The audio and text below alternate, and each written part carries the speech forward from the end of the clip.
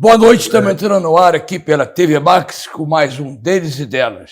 Entendeu? Hoje vamos ter um convidado muito especial para vocês. Mas antes, boa noite, dona Letícia Levi, tudo bem? Boa noite, Leleco, tudo bem? Hoje o convidado é para lá de especial. É isso aí. Autoridade máxima. Você pode assistir o nosso programa no canal 25, HD canal 525, pelo Instagram e ainda pelo YouTube. Entendeu? Todas as plataformas estão aí para vocês assistirem o nosso Deles e Delas, 34 anos no ar.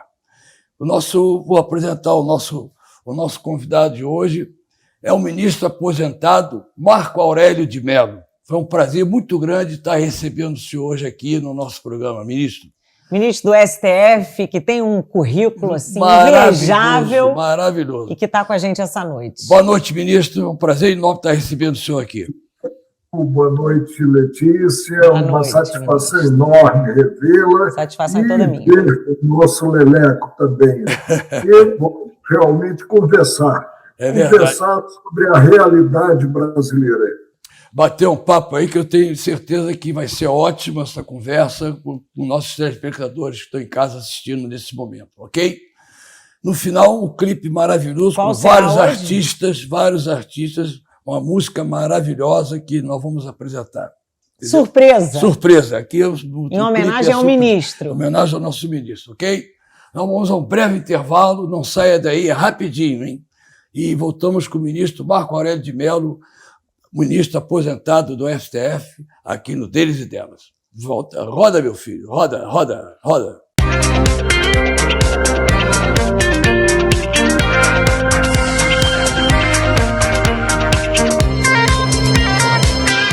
O mundo é cheio de pessoas peculiares, com gostos peculiares e compras, digamos, peculiares. E o mundo também é cheio de comércios peculiares, com empresários peculiares e produtos e serviços peculiares. Mas quando eles se encontram, dá negócio. E ajudando este e diversos outros tipos de negócios a acontecerem, está a Confederação Nacional do Comércio de Bens, Serviços e Turismo, ou CNC, para os íntimos. A CNC existe para dar suporte e defender as empresas brasileiras, garantindo um ambiente de negócios favorável a todos. E quando falamos todos, são todos mesmo, até os peculiares. Afinal, o seu negócio é o nosso negócio.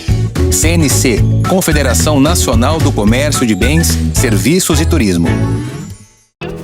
A Alerj está sempre presente na sua vida. Criou uma CPI para defender pessoas com deficiência de práticas abusivas dos planos de saúde, como cancelamento unilateral de contratos. Quando os agricultores de Cachoeiras de Macacu perderam tudo nas chuvas, a Alerj também estava lá. Sem falar nas diversas leis que a Alerj aprovou para vítimas de doenças consideradas raras. A Alerj está sempre trabalhando para você. Alerj transforma sua vida. O que cabe em um ano? 365 dias? 52 semanas? Cabe mais. Cabem 2.600 projetos e 300 leis na Alerj.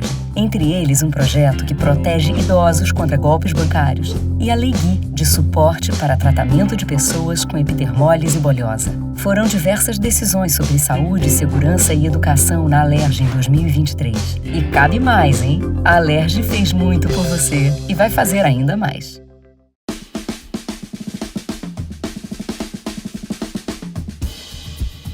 O sindicato, ele é um ser vivo, ele é um órgão vivo para os seus associados. O sindicato, ele tem grandes ações que envolvem ICMS, que envolve imposto estadual, que envolve imposto municipal, as ações não só trabalhistas, temos também contábeis. O sindicato fornece, tem um advogado exclusivamente para questões trabalhistas, para questões jurídicas, tributárias. Você vai falar com o Dr. Milton, que também é um parceiro muito grande nosso. Evidentemente que a gente tenta angariar todos esses atacadistas que estão fora do sindicato, para dentro do sindicato, exatamente para que ele possa angariar essas vantagens que o sindicato promove junto aos órgãos estaduais, municipais, federais e outros, as empresas de de cabotagem, também empresa de transporte, etc. Tanto a CLC como a federação, elas são imprescindíveis na vida do sindicato.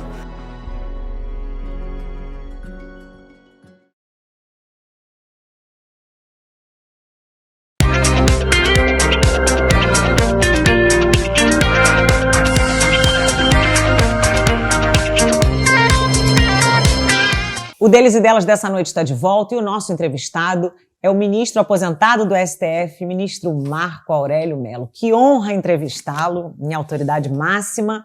Eu queria saber de você, ministro, se o Brasil está doente. Fala pra gente. Olha, o Brasil passa por um período realmente difícil, mas nós devemos ser otimistas.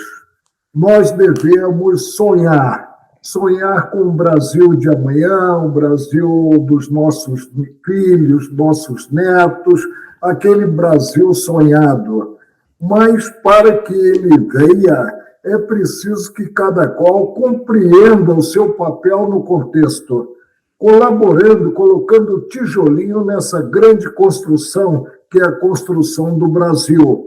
E aí há de se atuar com pureza d'alma, com espontaneidade, com sinceridade e visando, acima de tudo, o coletivo, deixando o lado individual em segundo plano. Isso é que convém para termos, como eu disse, o Brasil sonhado, Letícia, e que eu espero ainda vivenciar uma pontinha dele, pelo menos. Tem muito que vivenciar ainda. Tem muito chão ainda, ministro, que isso, vai viver muito ainda, entendeu? Muito, muito, muito, muito. E agora me diga uma coisa, doutor Marco Aurélio, e os poderes, como é que estão atuando nesse momento? Os poderes aqui do nosso país, como é que estão atuando? Olha, nós temos uma cláusula pedagógica na Constituição Federal de 1988, que Ulisses Guimarães disse é Constituição Cidadã. Que cláusula, Leleco, é essa? A cláusula que revela um tripé, no qual está assentada a República. Os três poderes que a Constituição pedagogicamente sinaliza que devem ser independentes como todo e qualquer poder, Sim. Mas devem ser, acima de tudo, harmônicos. Certo. Como é que se consegue essa harmonia? Mediante o diálogo, mediante a atuação de cada qual na seara que lhe é reservada constitucionalmente. Isso é que se espera. E se espera que todos atuem, como eu falei, em prol, em benefício dos menos afortunados, daqueles que realmente precisam do Estado, mas o Estado, não o Estado apenas que dê benesses, mas o Estado que construa o Brasil e tenha alguma coisa para investir em empreendimentos. E o Brasil de agora, ministro? O que você está sentindo? Pois é, o Brasil de agora, nós saímos de um período, e eu costumo dizer que o ex-presidente Bolsonaro morreu pelo que falou. Sim. Morreu, a meu ver, como peixe, pela boca. Porque se nós pararmos para perceber, vários auxiliares dele lograram êxito. Basta considerar a Tereza Cristina, basta considerar o governador Tarcísio, e lograram esse e vem com um desempenho muito satisfatório. O Brasil de hoje é o Brasil que nós temos como Supremo, é o Supremo da composição atual. E há de se esperar dos homens públicos olhos voltados ao bem-estar social, ao bem-estar na vida gregária, no dia a dia do povo brasileiro. Isso é que nós esperamos, deixando certas rugas em segundo plano. O desentendimento ele é salutar. Hoje mesmo eu li um artigo do Roberto Brant no Correio Brasiliense, em que ele aponta que, às vezes, o descompasso é importante para evoluir-se. Sim. Evoluir-se no judiciário, evoluir-se também no legislativo. Agora que os homens, principalmente os homens públicos, percebam que a ocupação do cargo é para servir e não para cada qual se servir do cargo em benefício pessoal ou benefício da família. Com certeza. Isso é que precisa ser considerado. O país está muito polarizado nesse momento, o senhor não acha, não, ministro? Nós essa polarização, entendeu? Certo? Com esse antagonismo tão grande. Agora, vamos pensar, como eu disse, no coletivo, deixando esses descompassos, essas desavenças em segundo plano e buscando o que for melhor para o povo brasileiro. Isso que é importante. Eu também acho. O que é básico na administração pública, ministro? A administração pública, ela está assentada em um tripé. Que tripé é esse? É o tripé que revela o princípio da legalidade. Enquanto o cidadão comum pode fazer tudo que não esteja proibido, o administrador público só pode fazer o que está autorizado em lei. É o princípio da legalidade no sentido estrito. A impessoalidade. Não se tem o cargo para enaltecimento próprio, não é isso. O servidor ele deve atuar de forma impessoal, tratando todos igualmente, com isonomia. Temos um princípio que é da maior valia, que é o princípio que revela a transparência, a publicidade. Os atos na administração pública devem ser praticados à luz do dia. O administrador público não pode ter nada a esconder, Com certeza. a tocar de forma escamoteada. Ele deve realmente praticar os atos e dar publicidade a esses atos. Essa publicidade é que nos permite a boa crítica, e a crítica não pela crítica, mas a crítica construtiva, e nos permite a nós, contribuintes, e a carga tributária no Brasil não é brincadeira. Não é para os fracos, não. Acompanhar o dia a dia da administração pública, que nós não pensamos. Quando nós vamos ao mercado e adquirimos um produto, nós estamos pagando tributo embutido nesse produto. Não se dá um passo na vida em sociedade sem meter a mão no bolso. E, lastimavelmente, os tributos recolhidos, a Receita mal dá para atender o que eu apontei aqui inicialmente como benesses. Vamos distribuir rendas, afastando o que tanto nos envergonha, que é a desigualdade social, vamos, mas cuidando também dos investimentos, cuidando principalmente da educação. A evolução passa pela educação e é serviço essencial do próprio Estado. Ele é responsável por proporcionar a todos igualmente a educação. O jovem, por exemplo, que seja de família que não tenha recursos, se ele não tiver o apoio do Estado, como ele vai se habilitar a uma vida econômica futura, a ocupar espaço e lograr o próprio sustento? Não sei. Passa pela educação. E me diga uma coisa, o senhor falou que o nosso país é um país que a tributação é uma coisa enorme, absurda. Tem jeito de diminuir a tributação aqui no país? O senhor vê isso? Como é que o senhor analisa esse problema, ministro? Vou inverter. Não tem jeito de aumentar a tributação. Nós devemos otimizar o que é arrecadado e otimizar com um bom emprego das verbas. Agora, diminuir, não há como diminuir, porque se tem despesas e despesas muito fortes. Hoje, por exemplo, falta dinheiro para investimento. Claro que nós temos que cuidar com os benefícios próprios, as bolsas, né? Temos que cuidar dos menos afortunados, mas sem prejudicar a seara, a área do investimento, e ter alguma coisa para investir nesse Brasil continental, nesse Brasil que não é fácil realmente ser governado, já que surge até um diálogo difícil entre o judiciário e o executivo, entre o judiciário e o legislativo, entre o executivo e o legislativo. Não é bom. Não interessa a nós brasileiros que haja o acirramento de ânimos. Interessa sim o diálogo e interessa a espontaneidade daqueles que ocupam os cargos públicos, principalmente dos parlamentares.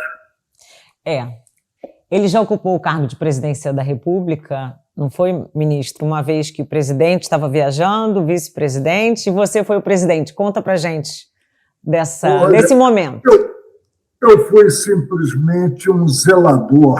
Imagina. Um zelador do Palácio, do Planalto, e não fui nem zelador do Palácio do Alvorada, porque permaneci, em que pese o chefe da Casa Militar ter pressionado para eu sair daqui, permaneci na minha residência. Então, ocupei, porque não podiam, na substituição, nós estamos cogitando aqui de sucessão. Apenas o vice-presidente da República sucede, no caso de vacância, ao presidente. Os demais substituem eventualmente. Por que eu substituir por umas 4 ou 5 vezes? Porque o presidente da Câmara dos Deputados, o Aécio Neves, e o presidente do Senado da República, o saudoso senador, meu amigo, integrante do Ministério Público no passado, Rames Tebet, eram candidatos à reeleição. E se assumissem em substituição à presidência da República, o fato geraria inelegibilidade. Então, eu substituí, tive um diálogo interessantíssimo. Foi na época que o senhor era presidente? Foi na época que o senhor era presidente do STF? Presidente do Supremo, nos meus 2 anos de presidência, em 2001 a 2003. Tive um diálogo interessante com o presidente Fernando Henrique Cardoso, que eu tenho a maior admiração por ele. Ele me convidou para um jantar tete-a-tete e, evidentemente, eu só praticaria nessa substituição eventual atos de acordo com a política conduzida por ele. E eu disse a ele que estava para chegar ao Planalto um projeto aprovado pelas 2 casas do Parlamento brasileiro, a Câmara dos Deputados e o Senado. E eu queria saber a opinião dele sobre esse projeto. Porque se fosse para sancionar a lei, eu gostaria de sancionar, para vetar, não. Ele, então, como bom carioca, ele me pagou. Marco Aurélio, que projeto é esse? Eu disse, TV Justiça. Falei? Ele, então, respondeu, sanção e veto são seus. Fiz uma solenidade no Palácio do Planalto, recebi principalmente ao Poder Judiciário e pude sancionar a lei. Aliás, no jargão futebolístico, bati o córner e fez o gol. E fez o gol. O projeto tinha saído da TV Justiça, graças à participação de um único parente que eu levei para a administração do tribunal, que foi o Renato Parente, é o patronímico dele, o parente, o próprio parente, do meu gabinete, e eu acabei sancionando a lei. E foi um sucesso absoluto. Leleco, Letícia, por que um sucesso absoluto? E lá pelas tantas, na tramitação, um deputado queria criar receita para a TV Justiça. Eu disse, pelo amor de Deus, não toca nisso, porque ele tiraria de algum lugar e haveria resistência, né? A TV Justiça vai ser mantida pelos recursos dos segmentos que atuarão nela, TV Justiça, pelo Judiciário, pelo Ministério Público, pela Defensoria e pela Advocacia em geral. E deu tudo certo. E passamos, então, a aproximar o Judiciário da sociedade brasileira. Fez a integração total com o povo brasileiro. Fez a integração, a comunicação. A comunicação total com o povo brasileiro. Isso é importantíssimo. Isso é importantíssimo. E, com isso, prestamos contas à sociedade. Eu me lembro que, como presidente do tribunal, eu tinha sido convidado pelo governo da China e os demais presidentes dos tribunais superiores também para uma visita. E foi logo na instalação da TV Justiça. E uma ala conservadora do tribunal à época, mais apegada ao direito, você sabia onde cada qual marchava, hoje parece que não se sabe bem onde marcham, né? Queria que houvesse a edição dos programas das sessões do tribunal antes de se veicular na TV Justiça. E eu aí pedi a ele apenas paciência para aguardar o meu retorno, que voltaríamos sentar à mesa e não na mesa, para conversar a respeito da matéria. E quando eu voltei da viagem, o pensamento já era outro. Por que, Leleco? Por que, Letícia?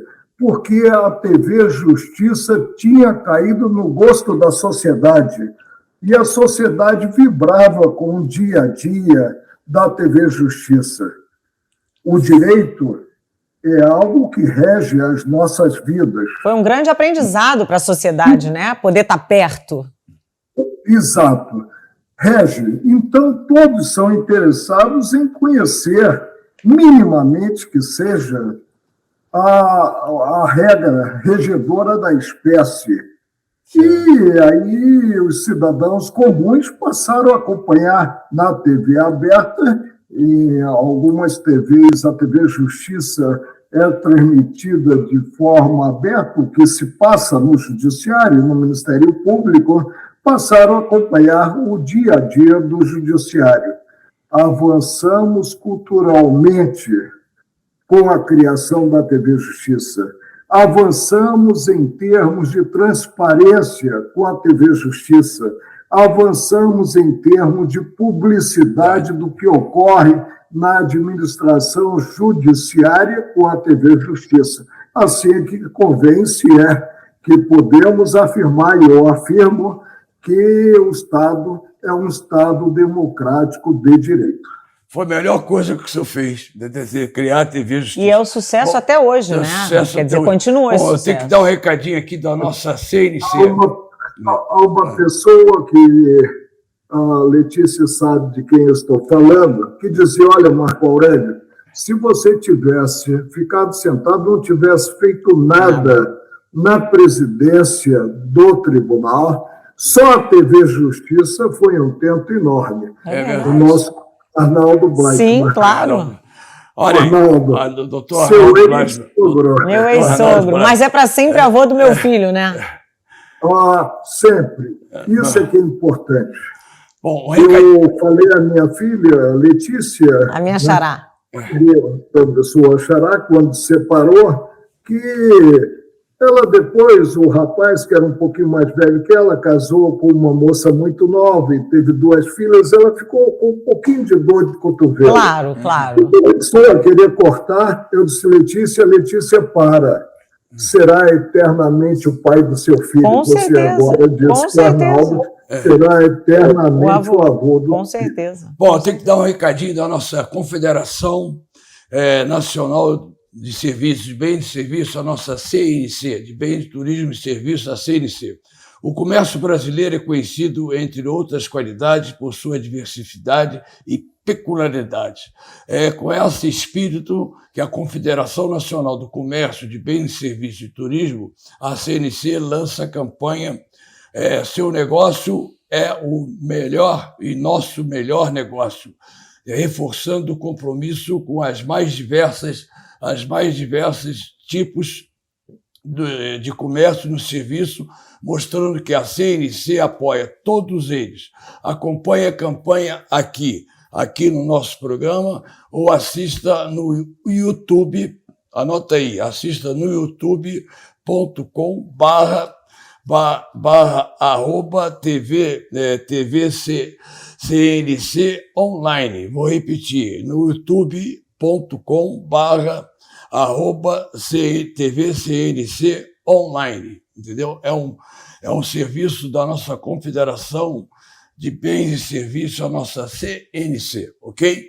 Estamos recebendo hoje com muito carinho, agradecendo o grande prestígio que está nos dando aqui no Deles e Delas, o nosso grande ministro Marco Aurélio de Mello, aqui no Deles e Delas, nessa noite pela TV Max. Vamos ao breve intervalo e voltamos já, ok? Roda, meu filho, roda e avisa, vamos embora.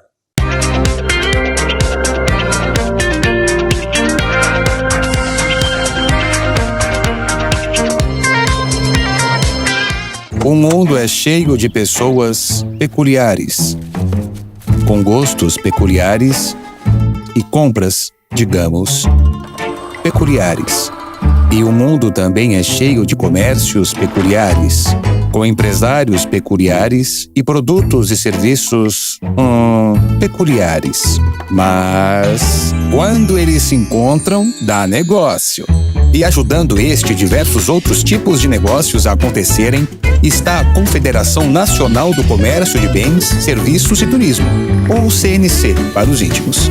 A CNC existe para dar suporte e defender as empresas brasileiras, garantindo um ambiente de negócios favorável a todos. E quando falamos todos, são todos mesmo, até os peculiares.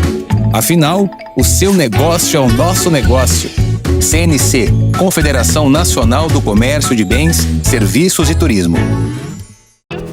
A Alerj está sempre presente na sua vida. Criou uma CPI para defender pessoas com deficiência de práticas abusivas dos planos de saúde, como cancelamento unilateral de contratos. Quando os agricultores de Cachoeiras de Macacu perderam tudo nas chuvas, a Alerj também estava lá.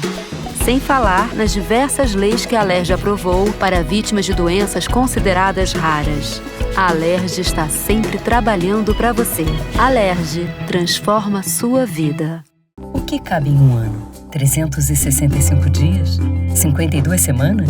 Cabe mais. Cabem 2.600 projetos e 300 leis na Alerj. Entre eles, um projeto que protege idosos contra golpes bancários e a Lei Gui, de suporte para tratamento de pessoas com epidermólise bolhosa. Foram diversas decisões sobre saúde, segurança e educação na Alerj em 2023. E cabe mais, hein? A Alerj fez muito por você e vai fazer ainda mais.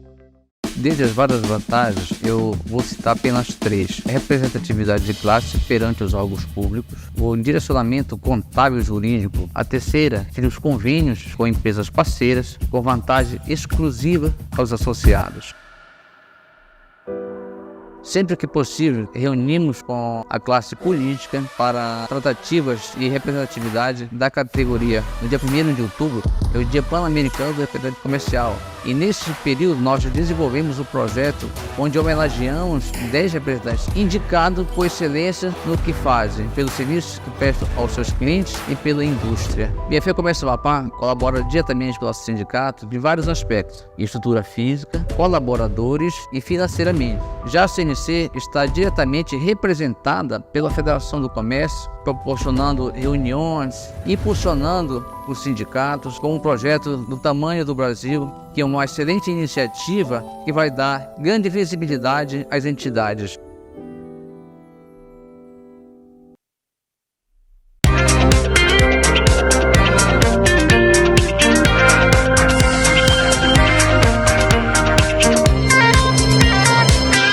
O O Deles e Delas dessa noite está de volta e o nosso entrevistado é o grande ministro Marco Aurélio Mello, ministro aposentado do STF, mas para sempre ministro. Ministro, fala para a gente agora sobre o seu assunto predileto, o direito. Olha, o direito, mas eu vou aproveitar o que veiculou o Leleco, né, no intervalo. Certo. Eu sou um homem afeito a fazer justiça e devo fazer justiça a um grande nome que soergueu a Confederação Nacional do Comércio, Antônio Oliveira Santos. Isso. Antônio Oliveira. Quando ele assumiu a Confederação não podia sequer obter junto aos bancos talão de cheque. E ele fez a Confederação, esse império que é hoje, não só em termos de prestação de serviços, como também em termos de estrutura existente, de patrimônio existente. É a justiça que eu falo. Mas vamos falar sobre o que nos interessa, que é o direito. O direito rege a vida em sociedade, sabemos disso. Todos nós estamos submetidos às regras jurídicas, embora haja variação de domínio conforme a área em que se atue. E é importante porque o direito ele visa, acima de tudo, a segurança jurídica. Saber-se o que pode ou não ocorrer num entendimento, numa relação estabelecida. E paga-se um preço que é módico por se viver em um Estado de direito, em um Estado democrático.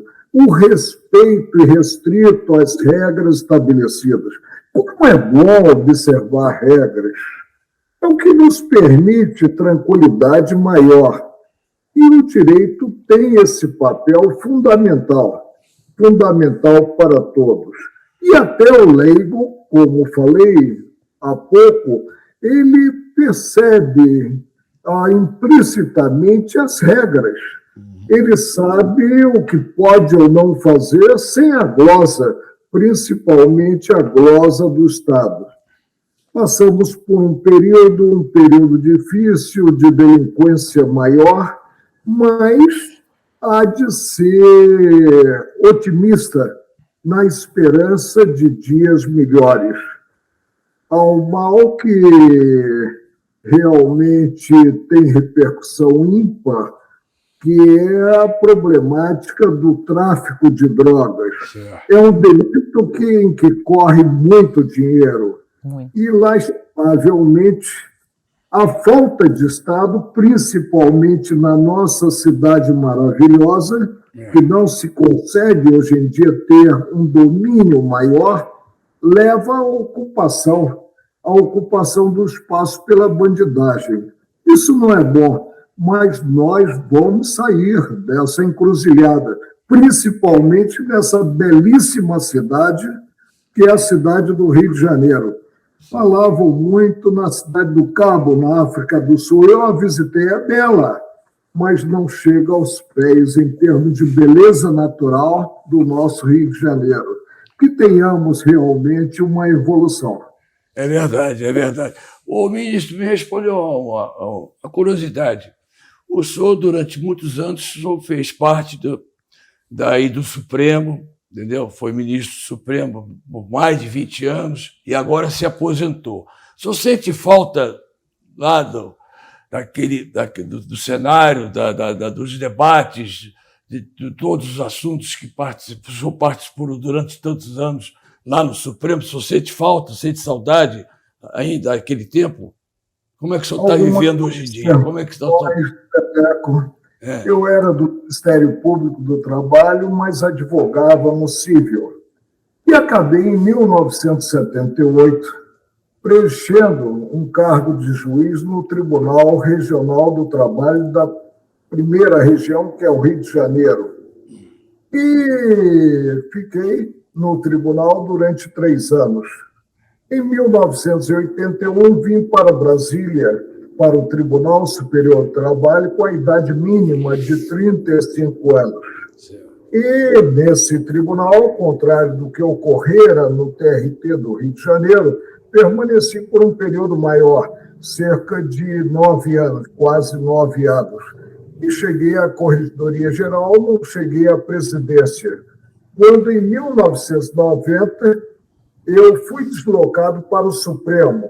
O meu nome surgiu anteriormente no governo Sarney umas 4 vezes, mas, infelizmente, o presidente não pôde me escolher, muito embora eu tivesse o apoio da comunidade trabalhista, dos ministros do Tribunal Superior do Trabalho, dos juízes, dos regionais de trabalho, dos juízes de primeira instância, dos advogados. Por quê? Porque era meu primo o maior desafeto do presidente Sarney, o presidente Fernando Collor de Mello. E aí, quando o presidente assumiu, havia uma vaga aberta e logo que o presidente assumiu, surgiu a segunda vaga, porque o ministro Francisco Rezec deixou o judiciário sem direito à aposentadoria, exoneração a pedido, para ser auxiliar do presidente da República. Ele aí, ante uma ponderação que se diz que foi, eu penso que foi, do ministro Bernardo Cabral, resolveu consultar os 2 tribunais superiores quanto a candidaturas aos cargos no Supremo. Consultou o Superior Tribunal de Justiça, na voz do presidente Gueiros, disse que todos eram candidatos. E o Tribunal Superior do Trabalho simplesmente disse: olha, o nosso candidato continua sendo Marco Aurélio. Ele aí ficou à vontade para, sem nepotismo, me indicar para o Supremo. Lá eu permaneci durante 31 anos. E só deixei a cadeira que eu buscava valorizar, sempre busquei valorizar a cadeira de juiz, com o cartão vermelho. Vai para casa. Sinto falta? Não. Saí com o sentimento de dever cumprido após 42 anos como julgador, atuando com desassombro, com espontaneidade absoluta, com muita sinceridade no judiciário, um colegiado do judiciário, um recorde que ninguém baterá, porque eu comecei desde logo em colegiado, no TRT da primeira região. Servir. E nada gratifica mais um homem do que servir aos seus semelhantes. Agora mesmo, nós estamos servindo aos semelhantes. Claro. Eu sendo entrevistado e vocês dois me entrevistando, buscando, portanto, o melhor. Agora, o ministro prazer sempre... é todo nosso, né? Estar entrevistando o senhor aí. O ministro sempre foi conhecido como com muita personalidade, muito polêmico, né? Fala um pouco para a gente sobre isso, Marco Aurélio. Olha, o Nelson Jobim dizia que no colegiado eu era o ferrinho do dentista e o medo disposto. Por quê? Porque, às vezes, o presidente, ao invés de tomar os votos individualmente, partia para a votação simbólica, ou seja, do todo, e perguntava a divergência, eu levantava o dedo e divergia. Não levava voto escrito, a não ser quando era relator ou revisor. Aí sim, eu preparava o voto que tinha que revelar o caso aos demais colegas. Certo. Nunca quis receber voto antecipadamente, porque valorizo, como valorizo hoje, já que restabeleci a minha inscrição na seccional da Ordem dos Advogados do Brasil no Rio de Janeiro, o papel do advogado, e queria ouvir os advogados. E uma vez eu percebi, Leleco, no colegiado, que estavam querendo discutir o meu voto. Virei para o presidente, à época, Sidney Santos, e disse a ele: presidente, meu voto não está em julgamento. Certo. E não faço questão alguma de formar na corrente majoritária. Se formar, melhor ainda. Faço questão que Vossa Excelência consigne como eu votei. O que é o colegiado Letícia? O que é o colegiado Leleco? É um somatório de forças distintas. Cada qual deve revelar sua compreensão sobre o conflito de interesses, não se preocupando com a prevalência do voto, já que o integrante de colegiado não disputa coisa alguma no colegiado. As partes disputam, muito menos a superioridade intelectual, que eu nunca me imaginei tendo-a. Até parece. Verdade. Eu vou dar uma dica para o senhor, quando o senhor vier no Rio, não deixar de conhecer a casa, o Centro Cultural Julieta de Serpa, que fica ali na Praia do Flamengo. Realmente é uma maravilha. Eles estão agora, de quarta a domingo, estão fazendo um show em homenagem à nossa saudosa Clara Nunes, que é um espetáculo, é o Chá das 5, um espetáculo lá, em homenagem à Clara Nunes. Lá você pode ter eventos, casamentos, palestras, é uma coisa maravilhosa, o Centro Cultural Julieta de Serpa, do nosso professor Serpa, que tem um restaurante que é um dos melhores restaurantes aqui do Rio de Janeiro. Então, ministro, quando vier ao Rio, não deixe de conhecer o Centro Cultural, a Casa de Cultura Julieta de Serpa, que fica ali na Praia do Flamengo, ok? Você vai gostar muito, hein? Uma dica maravilhosa para o senhor e nossos telespectadores. Nós vamos ao breve intervalo e voltamos já com o ministro aposentado do STF, doutor Marco Aurélio de Mello, hoje dando prazer aqui de dar essa maravilhosa entrevista e esclarecimentos aos nossos telespectadores. Roda aí, meu filho, roda.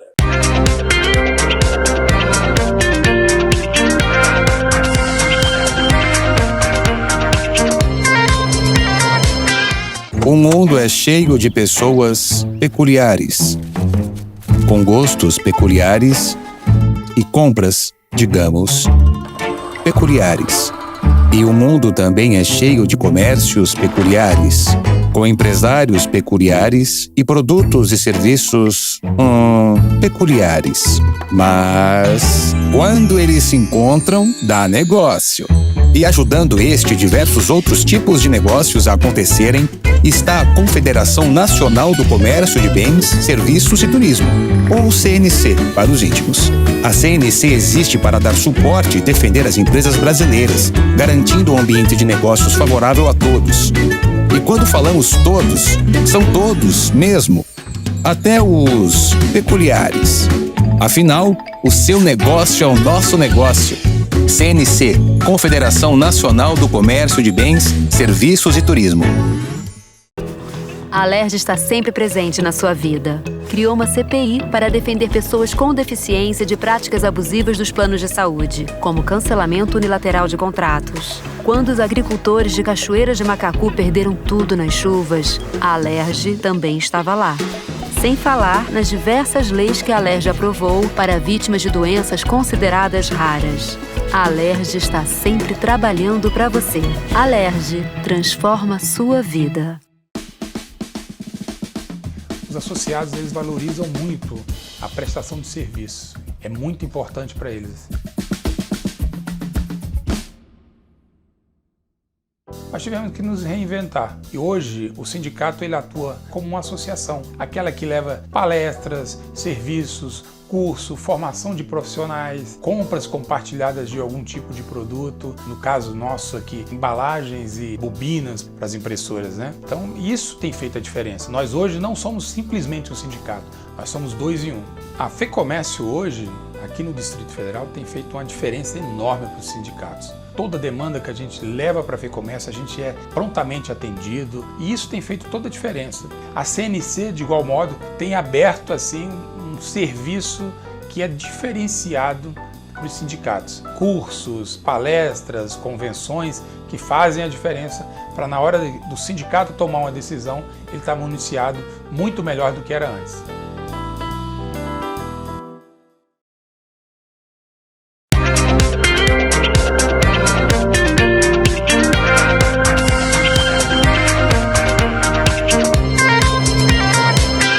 O Deles e Delas dessa noite está de volta e o nosso entrevistado é o grande ministro Marco Aurélio Mello, eterno ministro do Supremo, agora aposentado, mas com uma superioridade intelectual que eu babo.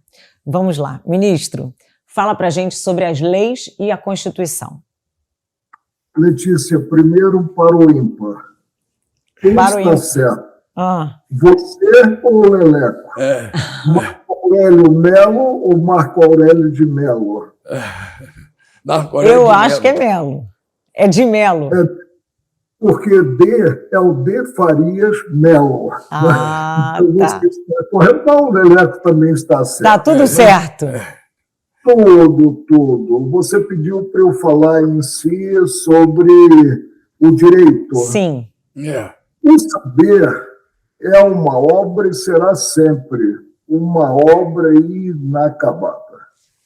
Pobre de espírito é o homem que se sinta em um patamar no qual não dependa mais de aportes no campo do conhecimento. É verdade. Na vida da sociedade, na vida familiar, na vida profissional, nós aprendemos com letrados e iletrados. E aprendemos coisas que vão formando a nossa personalidade. O que é importante para aqueles que são hoje, e eu continuo sendo, estudantes, é acreditar na própria dimensão possuída, na individualidade, e aí buscar uma boa formação técnica e, acima de tudo, já que as leis são feitas para os homens e não o inverso, os homens para as leis, a formação humanística. Lidar com o direito é interpretar a norma, conciliando um trinômio, lei, direito, justiça, mas dando uma ênfase maior à justiça, que é o objetivo maior, o primeiro da própria norma.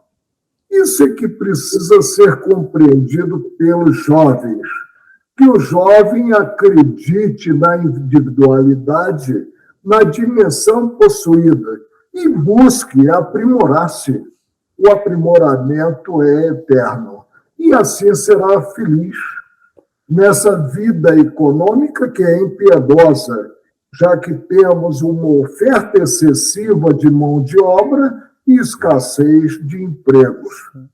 Costuma-se dizer que vencem os melhores.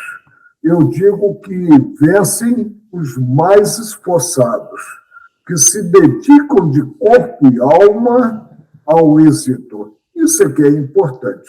Agora, como é que anda o Supremo, ministro? Fala para a gente, como é que o senhor está achando aí agora do Supremo? O senhor não está aposentado? Qual é a sua opinião sobre o nosso Supremo? Eu sou favorável a potencializar-se o conceito vernacular do vocábulo Supremo. Supremo sugere o quê? Supremo sugere um órgão único.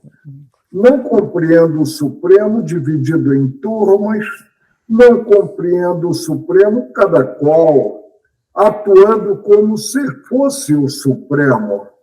O Supremo é o colegiado maior. E aí nós precisamos voltar às sessões em colegiado. E não me refiro às sessões virtuais, muito menos, né, o sistema misto, ter-se alguns presencialmente no plenário do Supremo e outros de forma virtual. Refiro-me às sessões únicas do Supremo, que são as sessões presenciais, do tete a tete, do olho no olho. E entendendo-se que é importante levantar o dedo e revelar o entendimento possuído, o que importando que o resultado seja diverso. O que se quer é isso. Não se chega ao Supremo sem se ter um respaldo em termos de vida profissional. E o que se espera é que todos compreendam, acima de tudo, a envergadura da cadeira, a importância da cadeira. O Supremo, disse Rui Barbosa, que tem a prerrogativa, não o direito, porque isso não é direito, de errar por último, porque depois que ele bate o martelo, você não tem a quem recorrer. Não adianta fazer uma cartinha ao Santo Padre, nada adiantará. Então, isso precisa gerar não a potencialização da vaidade, mas precisa gerar uma responsabilidade maior daquele que se pronuncia, e se pronuncia para a sociedade brasileira. E é importante que os brasileiros sejam, quando necessário, críticos. Eu, por exemplo, fiquei 31 anos no Supremo e sempre saí para ir ao mercado, ir à farmácia, nunca fui hostilizado. Mas vejo que os colegas hoje em dia, principalmente o ministro Alexandre de Moraes, perderam a cidadania. Não conseguem sair mais sem estarem acompanhados de uma segurança muito grande. Ele, há pouco tempo atrás, a família dele, ele viajando, não foi agredido lá, parece que na Itália, foi. Ele com a família dele, o ministro Alexandre de Moraes. No aeroporto de Roma, houve aquele descompasso, considerado a utilização da sala especial, porque parece que a família que teria direito à utilização não adentrou a sala porque já estava lotada. Quando chegou o ministro com a entourage dele, ingressou na sala. Aí a senhora disse algumas coisas, algumas verdades, e eles não gostaram dessas verdades. Voltando ao Supremo um pouco, Leleco, qual é a competência do Supremo? É de direito estrito. É o que está na Constituição Federal e nada mais. Como termos o julgamento de cidadãos comuns no Supremo, refiro-me aos envolvidos naquele lamentável episódio de 8 de janeiro, como termos no Supremo esse inquérito relativo ao episódio de Roma, como termos no Supremo o inquérito relativo ao vazamento, alguns pensando até na obrigatoriedade, entre aspas, porque não há obrigatoriedade de um jornalista revelar a fonte. O que é isso, senão uma visão autoritária? O Supremo precisa se recolher. O Supremo precisa sair da vitrine e, portanto, não sofrer com o estilingue. É isso que nós aguardamos do Supremo. E a TV Justiça, não pode ser uma coisa que o senhor fundou e o povo brasileiro está assistindo, vê. A atuação, ele criou a proximidade, né? A atuação dos 11 ministros. Tantas começaram a atribuir a essa filha, que me orgulha muito, que é a TV Justiça, né? Os votos muito longos. Eu disse, não, calma. TV Justiça só é responsável por duas coisas. A melhoria das gravatas, o penteado, o coque da ministra Ellen Grace, que não sai um fio sequer.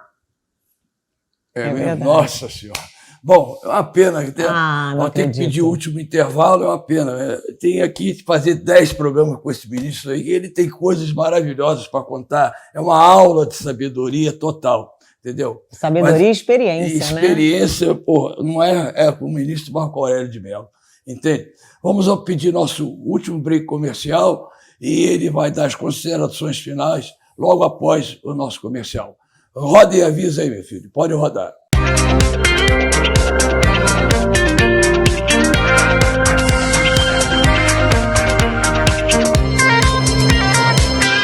O mundo é cheio de pessoas peculiares, com gostos peculiares e compras, digamos, peculiares. E o mundo também é cheio de comércios peculiares, com empresários peculiares e produtos e serviços peculiares. Mas quando eles se encontram, dá negócio. E ajudando este e diversos outros tipos de negócios a acontecerem, está a Confederação Nacional do Comércio de Bens, Serviços e Turismo, ou CNC, para os íntimos. A CNC existe para dar suporte e defender as empresas brasileiras, garantindo um ambiente de negócios favorável a todos. E quando falamos todos, são todos mesmo, até os peculiares. Afinal, o seu negócio é o nosso negócio. CNC, Confederação Nacional do Comércio de Bens, Serviços e Turismo. O que cabe em um ano? 365 dias? 52 semanas? Cabe mais. Cabem 2.600 projetos e 300 leis na Alerj. Entre eles, um projeto que protege idosos contra golpes bancários e a Lei Gui, de suporte para tratamento de pessoas com epidermólise bolhosa. Foram diversas decisões sobre saúde, segurança e educação na Alerj em 2023. E cabe mais, hein? A Alerj fez muito por você e vai fazer ainda mais. Tenho sentido o apoio tanto da federação como da confederação. A gente tem uma boa relação empresarial, a divulgação dos nossos serviços, a proposta dos nossos convênios e a defesa dos empresários, seja nas relações de trabalho, seja nos conflitos políticos. Mas um benefício que tem surtido um efeito positivo na atração de associado tem sido o REPIS, que é o Regime Especial de Piso Salarial. Através de um acordo da Convenção Coletiva de Trabalho, ficou combinado entre patrões e empregados, as pequenas empresas com até 5 funcionários poderiam ficar fora do piso do comércio, numa forma de contribuir para a geração de mais empregos. Então, o sindicato patronal está sempre em busca de melhoria e do fortalecimento da economia local. Nas nossas consultas CNC e a Federação do Comércio do Estado da Bahia, temos tido uma ajuda necessária para as nossas ações.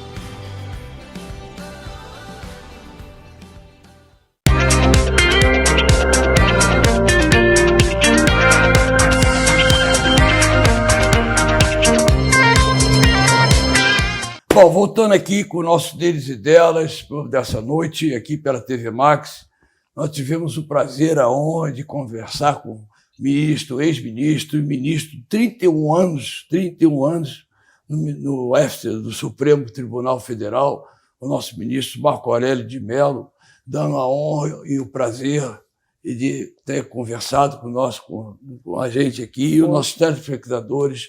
A sabedoria que ele tem, a experiência jurídica que ele tem é uma coisa impressionante. Ministro, eu não tenho palavras para agradecer o seu carinho de ter aceitado o nosso convite para dar essa bela entrevista aí. E só tenho aí 30 segundos para mandar uma mensagem aqui para o povo brasileiro, aí, uma mensagem otimista que nós estamos precisando ao povo brasileiro. Pessoas assim como o ministro. É isso aí. Para a nossa sociedade brasileira. Entendeu? Dá com a palavra, ministro. Em primeiro lugar, Letícia e Leleco, os meus cumprimentos ao programa. Obrigado. Deles e delas. E diria delas e deles também. É isso, viu? É um programa muito valioso, um programa diversificado nas apresentações, como convém. Em segundo lugar, que mensagem eu passo ao povo brasileiro? Que é importante acreditarmos na vinda do Brasil sonhado. É importante que cada qual observe o papel que tem na construção desse Brasil e busque atuar visando o melhor. Aproximam-se eleições que deviam ser gerais, envolvendo a eleição para presidente da República, para os governos estaduais, para o parlamento, os parlamentos e para os municípios também, a eleição dos prefeitos e vereadores. Mas as eleições estão divididas, serão municipais. O que consubstanciam as eleições municipais? A preparação. Assim devem ser tomadas essas eleições de outubro próximo, a preparação das eleições gerais. Mas é importante que o eleitor, mesmo o voto sendo único, perceba a importância desse voto. Ele se soma a tantos outros e implica a escolha do representante que praticará atos que repercutirão em nossas vidas. É o que eu passo em termos de otimismo aos brasileiros. O Brasil tem jeito. O Brasil passa por um período difícil, mas tem tudo para evoluir e figurar não apenas como a 8ª economia mundial, mas figurar no cenário nacional como exemplo de prática em sociedade. Isso é o que nós almejamos. Maravilha, ministro. É aquela música, sonhar não custa nada, né? Nós temos que sonhar para frente, com muita energia, com muita força. Sonhar não custa nada. Não é, Letícia? Sonhar e acreditar. E acreditar, principalmente. Né? Letícia, me permita você, que é vascaíno, Leleco, que o Flamengo continue com a sorte atual, que tem dado muita sorte. E eu venho sofrendo há muitos anos. Né? Trabalho continue. O vascaíno é um sofredor. Ele vem sofrendo um bocado. O vascaíno é um sofredor. E o seu flamenguista é um vencedor, graças a Deus. Entende? E o vascaíno é sofredor, mas a gente está sofrendo, mas nós estamos lá. É isso que eu Ministro, mais uma vez, muito obrigado pelo seu carinho, pela sua dedicação, por senhor ter dado essa entrevista maravilhosa aqui aos nossos telespectadores. É uma pena que o tempo... Pois é, eu quero agradecer demais. Mas vai voltar, hein? Vai voltar. Vai voltar, porque tem muito assunto. Vai voltar em outra ocasião. Depois das eleições. Que tem muito, depois das eleições só vai voltar, que tem muito mais coisa para a gente conversar aí com os nossos telespectadores, ok? Eu Combinado? só tenho a agradecer por esse aulão, essa experiência, esse conteúdo que ele traz para a gente, só enriquece a nossa alma. Ok. Então vamos agora, em homenagem ao ministro, vamos assistir esse clipe maravilhoso, surpresa, que eu tenho certeza que vocês vão adorar. Uma ótima semana para vocês. Carinho, paz, amor, saúde e segurança. Saudações rubro-negras para o ministro, né? Para ele só, para mim, tricolores, e para você, vascaíno. É um flamenguista, um tricolor e um vascaíno, sofredor. Tchau, tchau. Até o próximo domingo pela Telemax. Tchau.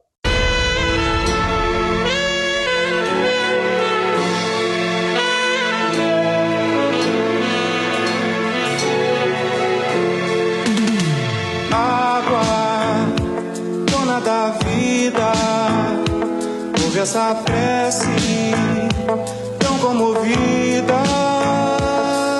Chega, brinca na fonte, desce do monte, vem como amiga. Quero água de beber, vamos dar a nossa tamaré,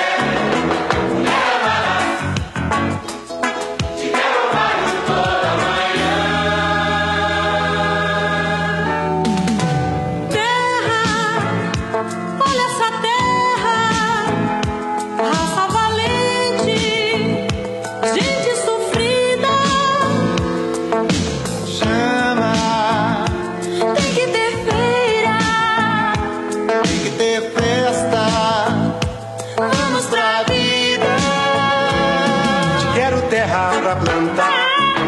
Te quero verde, te quero casa pra morar. Te quero rede, depois da chuva o sol.